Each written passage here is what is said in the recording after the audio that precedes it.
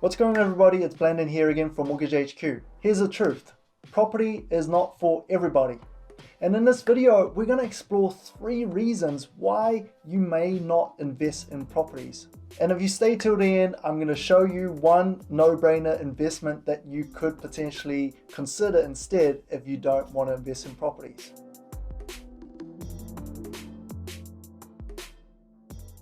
So reason number 1. You already have a solid financial game plan in place and you're confident that it's going to hit your financial goals. They say if it's not broken, why fix it? If it's already going to achieve exactly what you need, then perhaps there's no need to diverge. And there are 3 situations where I can sort of see properties being redundant. Number 1 is that you're building a sellable business where you can scale the sales and grow the teams. Then later on you can sell that business at a pretty good multiple where you can have more money than you ever need. Second situation is that you have a managed fund that is giving you very solid returns. And if you have a high paying job that allows you to put a significant amount of your savings into this managed fund, and you can see that it's going to hit the retirement goal that you're aiming for, then perhaps you don't need properties. Third is cryptocurrency. I've seen some clients and some friends do really well. Most of them have gotten significantly higher returns than they would have done in properties. Now there are even ways to generate income from your crypto. And so if you're in one of those 3 situations, you may not need properties. But it can still obviously work for you because it would be a great way to diversify. The thing that I like about properties though, is that it doesn't actually require super high income or extreme talents for anyone to invest in and get a decent return for their retirement. Second reason, not having clear investment objectives.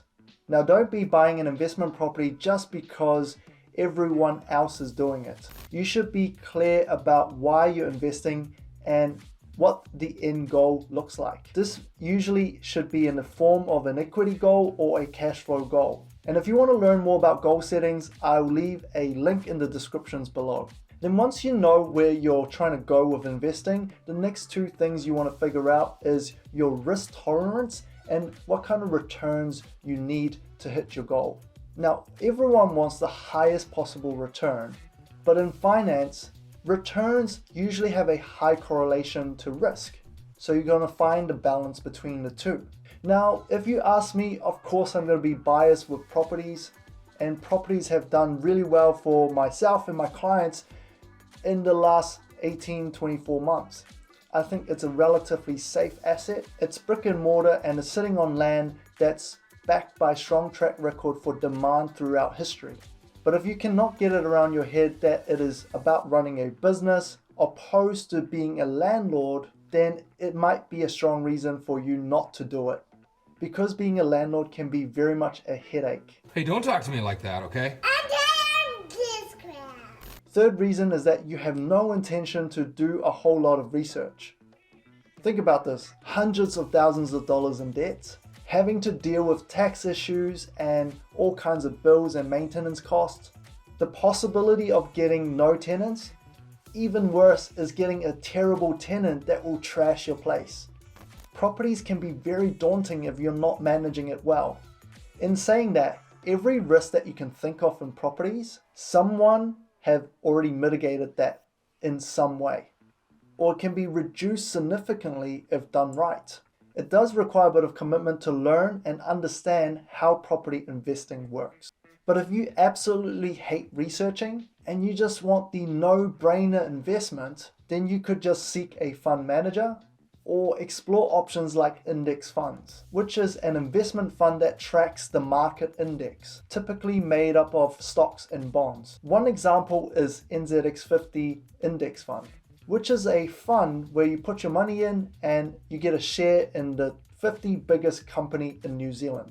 Or you could consider something like a KiwiSaver, which is a voluntary saving scheme set up by the government to help New Zealanders to save for their retirement. They managed to take away a lot of the financial jargons and simplified it to 3 funds: aggressive, growth, and conservative, which works really well if you're not intending to put a whole lot of time into this. and just want the advisor to advise you on what kind of provider you can invest with. As always, please smash the like button for the YouTube algorithm. And if I manage to convince you not to invest in properties, please smash that like button. It would really help our channel out.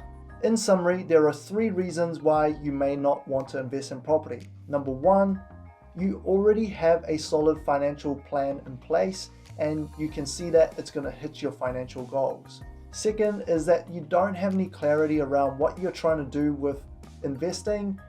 And thirdly, you have no intention to put time into research or really wanting to learn more about it and just want something like a no-brainer investment such as index funds or KiwiSaver. Until next time, I'll see you guys in the next video.